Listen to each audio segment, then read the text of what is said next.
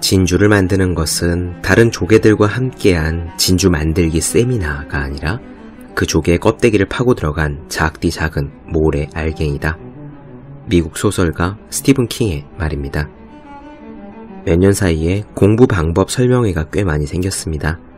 학생과 학부모의 뜨거운 관심으로 설명회장은 발디딜 틈이 없었다라는 뉴스도 종종 듣죠. 수험가의 새로운 소식에 뒤처지고 싶지 않은 마음 때문일 겁니다. 개 중에는 공부 방법과 수험 정보를 긁어 모으면서 마음 든든해하는 사람들이 있습니다. 사업 설명회만 많이 다닌 사람이 사업 동향을 줄줄 꿰고 있다고 착각하는 것과 같습니다. 공부 방법을 아는 것과 실제로 공부를 하는 것은 엄연히 다릅니다. 운전면허 필기 문제 풀이와 실제 도로 주행만큼 큰 차이입니다. 공부를 결국 혼자 하는 것입니다. 공부를 하는 것도 혼자고 공부 방법을 터득하는 것도 혼자입니다. 공부하는 힘을 키워주는 것은 여러분이 품고 있는 모래 알갱이입니다. 모래 알갱이는 늘 고통스럽지요. 놀고 싶은 마음, 도망치고 싶은 생각, 이해되지 않는 것을 붙들고 있는 답답함, 졸음을 꾸역꾸역 참아낸 괴로움, 공부하면서 느끼는 그 모든 고통이 모래 알갱이입니다. 조개는 모래 알갱이와 싸우면서 진주를 만듭니다. 내뱉지 않고 견딘 시간만큼 진주는 자랍니다. 공부도 마찬가지입니다. 모래 때문에 그만두는 것이 아니라 모래에도 불구하고 노력하는 사람이 성취를 거둡니다. 모래를 품은 딱 그만큼 여러분의 공부는 잘할 겁니다. 365 공비타민, 그럼에도 불구하고 공부는 잘한다의 한 대목으로 시작합니다.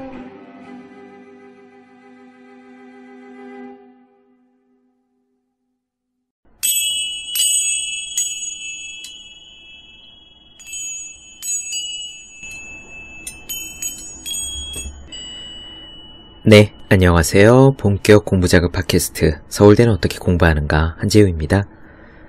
오늘부터는 제임스 라이언의 하버드 마지막 강의를 나누어 드리겠습니다. 제임스 라이언은 하버드의 교육대학원장입니다. 그의 말에 따르면 교육대학원장이라는 자리는 졸업식 때 축사를 많이 하는 자리라고 해요. 한 번은 제임스 라이언이 졸업 축사의 테마로 질문, 퀘스천을 잡습니다. 삶에서 꼭 던져야 하는 질문들로 축사를 한 거죠. 그 동영상이 화제가 되었답니다. 저도 찾아보니 인터넷에 있더라고요. 제임스 라이언이라고 치면 있습니다. 바로 이 책 하버드 마지막 강의는 그 질문들에 대한 이야기입니다. 질문의 힘에 대한 조언은 종종 들어보셨을 거예요. 질문은 굉장한 힘이 있죠. 가만히 생각해보면 우리는 질문한 대로 생각합니다. 점심에 뭘 먹어야 맛있지? 라고 누가 질문하면 다들 그 질문에 대한 답을 찾고자 인근 지역의 음식들을 머릿속으로 스캔합니다. 만약 그 상황에서 누군가가 뭘 먹어야 몸에 좋지? 라고 물었더라면 스캔하는 내용이 달라졌을 거겠지요.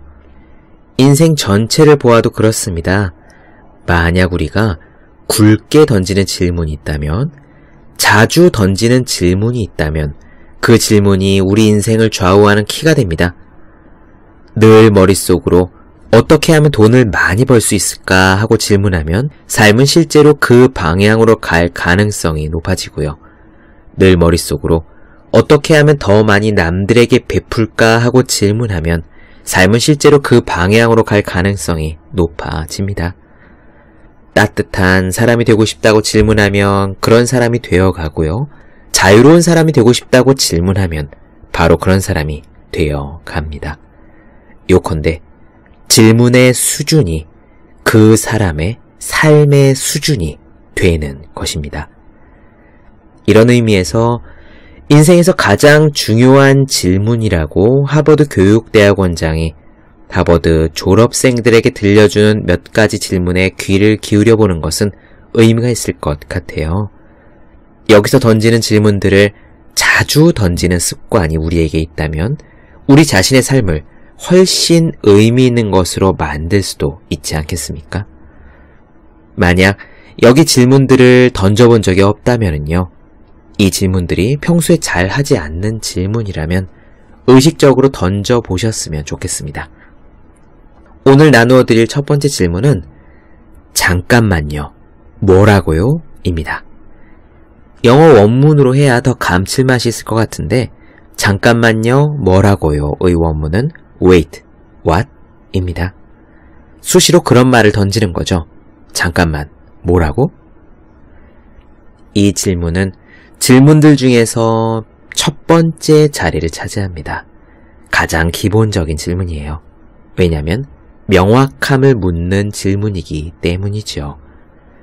두루뭉술이하지 않고 명확함을 기하는 것만으로도 사람들 사이의 대화에서 일처리에서 많은 부분이 달라집니다.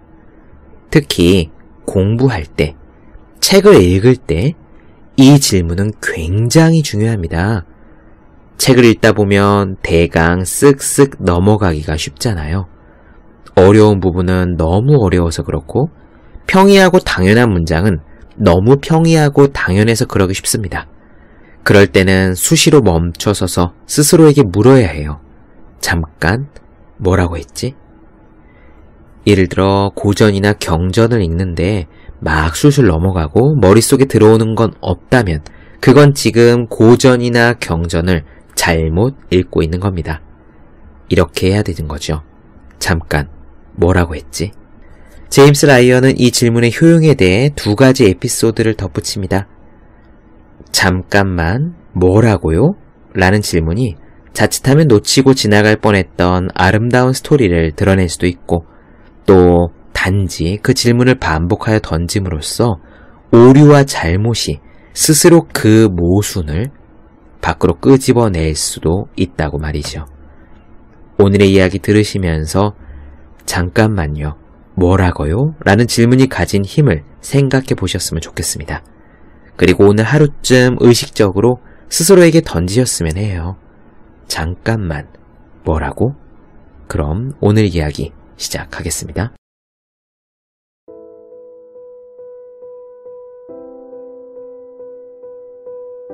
잠깐만요. 뭐라고요? 내가 처음으로 그렇게 물은 건 아들 윌이 태어나기 직전이었다. 내 아내 케이티와 나는 초보 부모였음에도 불구하고 출산과 분만 과정에 전부를 꿰고 있다고 자신했다. 분만 교실에도 다녔고 시시때때로 호흡법도 연습했고 출산 비디오도 수차례 보았다. 드디어 그날 1996년 2월 25일 아침에 케이티의 양수가 터졌다. 우리는 만반의 준비가 되어 있다고 생각했기 때문에 별로 걱정하진 않았다. 하지만 진짜 진통은 그로부터 약 10시간 뒤에 찾아왔다. 케이티는 배가 너무 아파 죽을 것 같다며 비명을 질러댔다. 지켜보는 나도 죽을 것 같은 수준의 진통이었다. 문제는 진통만 계속될 뿐 아무 일도 일어나지 않는다는 것이었다. 분만실에 들어온 의사가 무심한 목소리로 다른 병실로 옮기자고 말했다. 그 다른 병실이란 수술실이었다. 우리는 호텔의 아늑한 객실 같은 병실에서 나와 환한 불빛에 차갑고 경사진 수술대가 놓인 방으로 옮겨졌다. 어떤 남자가 내 옆으로 오더니 자신을 의사라고 소개했다. 그리고 이렇게 말했다. 자, 이제부터 산모의 배를 눌러 아기가 나오도록 하겠습니다. 그 의사는 나와 대조적으로 늘상 있는 평범한 일처럼 자연스럽게 말했다. 올리브에서 씨를 빼내는 것과 비슷한 원리라고 할 수 있죠. 그가 케이티의 배로 다가가 힘을 쉽게 주기 위해 침대 반대쪽을 잡는 순간 내 머릿속이 하얘졌다. 나는 분만교실에서 이런 과정을 전혀 본 적이 없다는 것을 깨달았다. 올리브에서 씨를 빼내는 건 출산 비디오에서 본 적이 없었다. 그 순간 내가 할 수 있는 말은 고작 이것이었다. 잠깐만요. 뭐라고요?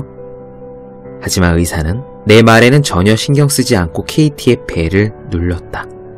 그리고 몇 분 후 내 아들 윌은 마치 올리브 씨처럼 세상 밖으로 튀어나왔다.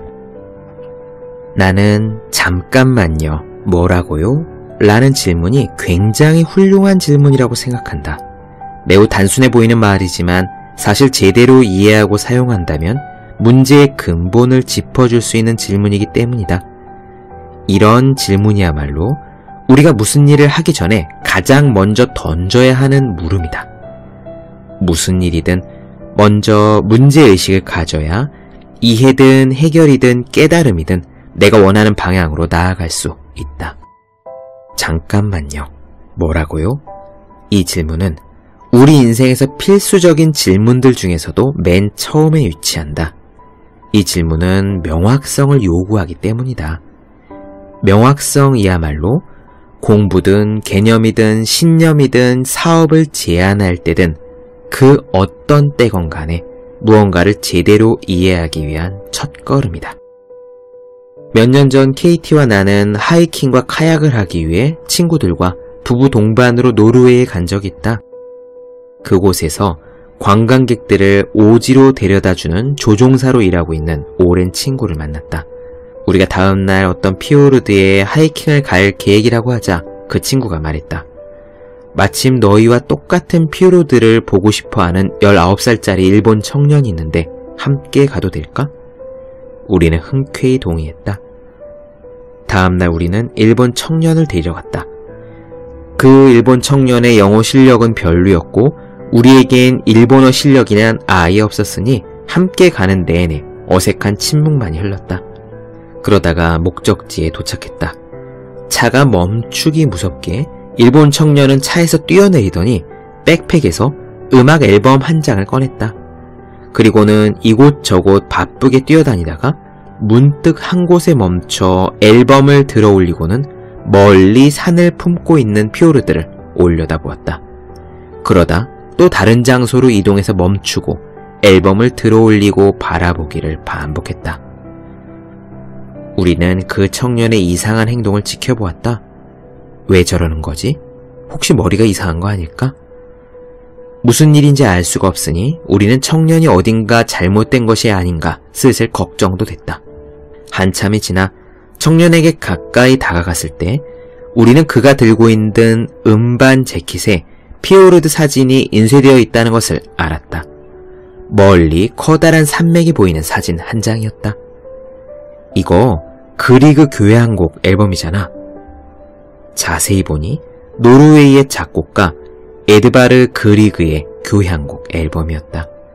그러고 보니 앨범 표지에 담긴 풍경은 우리가 찾아온 바로 이 장소에서 바라본 피오르의 사진이었다.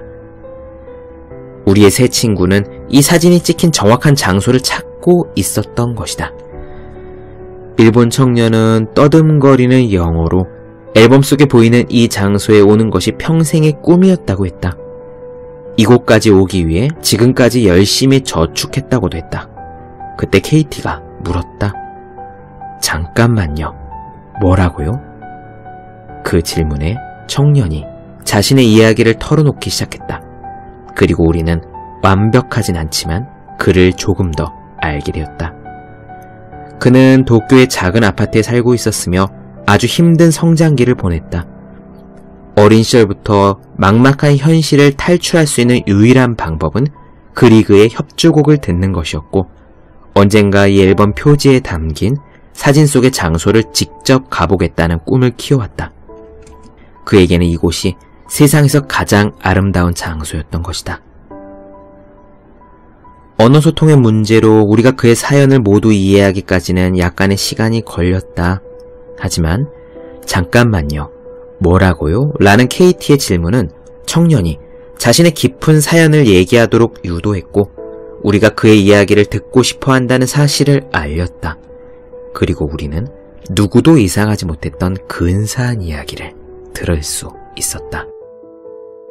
잠깐만요. 뭐라고요? 라는 질문이 주는 힘에 대한 다른 이야기를 해보자. 미 연방 대법관이었던 존 폴 스티븐스는 내가 사회에서 만난 사람들 중에 가장 훌륭한 질문을 하는 사람이었다. 스티븐스 대법관의 질문 방식은 달랐다. 그가 잠깐만요. 뭐라고요? 라고 정확히 질문한 것은 아니지만 그가 변호사들에게 반복적으로 물었던 질문은 기본적으로 같은 의미였다고 할 수 있다. 그는 같은 질문을 다양한 형식으로 바꾸어 변호사들에게 변론의 요점을 명확히 설명하도록 유도했다. 그의 질문은 굉장히 온화했고 그 자체로 상대를 매우 존중하는 태도였다. 그는 늘 다음과 같은 말로 시작했다. 변호인, 말하는 도중에 방해해서 미안합니다만 조금 더 명확히 설명해 주실 수 있겠습니까? 그 질문 후에 이어진 변호사의 답변은 100이면 100 모두 논리의 허점을 스스로 드러냈다. 스티븐스 대법관은 변호사에게 변론의 속도를 조금 늦춰달라거나 요점을 풀어서 설명해달라고 요청했고, 이를 통해 변호사들의 변론에 오류가 있다는 점을, 그것도 아주 큰 문제가 있다는 점을 스스로 드러냈다. 스티븐스 대법관은 변론의 중심에서 잠깐만요, 뭐라고요? 에 해당하는 질문을 던짐으로써 변호사들의 주장을 하나하나 해체했던 것이다. 그 질문에 훌륭한 대답을 한 변호사만이 변론에 성공할 수 있었다. 질문을 활용한 스티븐스 판사의 접근 방식은 우리가 일상생활에서도 기억하고 적용해야 할 중요한 사실을 시사한다. 처음엔 명확한 사실관계를 밝히는 질문을 하고 주장은 그 다음에 하는 편이 낫다는 것이다. 나의 의견을 이야기하기 전에 잠깐만요, 뭐라고 하셨죠? 라는 질문을 꼭 하기 바란다. 다시 말해 상대방의 의견에 대해 묻거나 확인하는 절차가 나의 의사 표명보다 선행되어야 한다는 것이다. 이야기를 정리해보자. 잠깐만요, 뭐라고요? 라는 질문이 중요한 물음인 이유는 이것이 모든 이해의 핵심에 있기 때문이고, 이해는 곧 충만하고 보람 있는 삶에 없어서는 안 될 중요한 요소이기 때문이다. 직업적으로도 그렇고 개인적으로도 그렇다. 우리가 사람들을 이해하고 처음 접하는 생각들을 이해할수록 세상은 더 넓고 다채로워진다. 처음에 먼저 우리와 다른 무언가를 이해하고 그 다음에 판단하는 습관을 키워보자. 이 습관을 내 것으로 만들면 논쟁을 위한 논쟁을 피하게 되고 주변 사람과 더 깊은 유대관계를 쌓게 될 것이다. 잠깐만요, 뭐라고요? 라는 질문은 보기에는 단순하지만 생각보다 꽤 얻을 것이 많은 질문이다.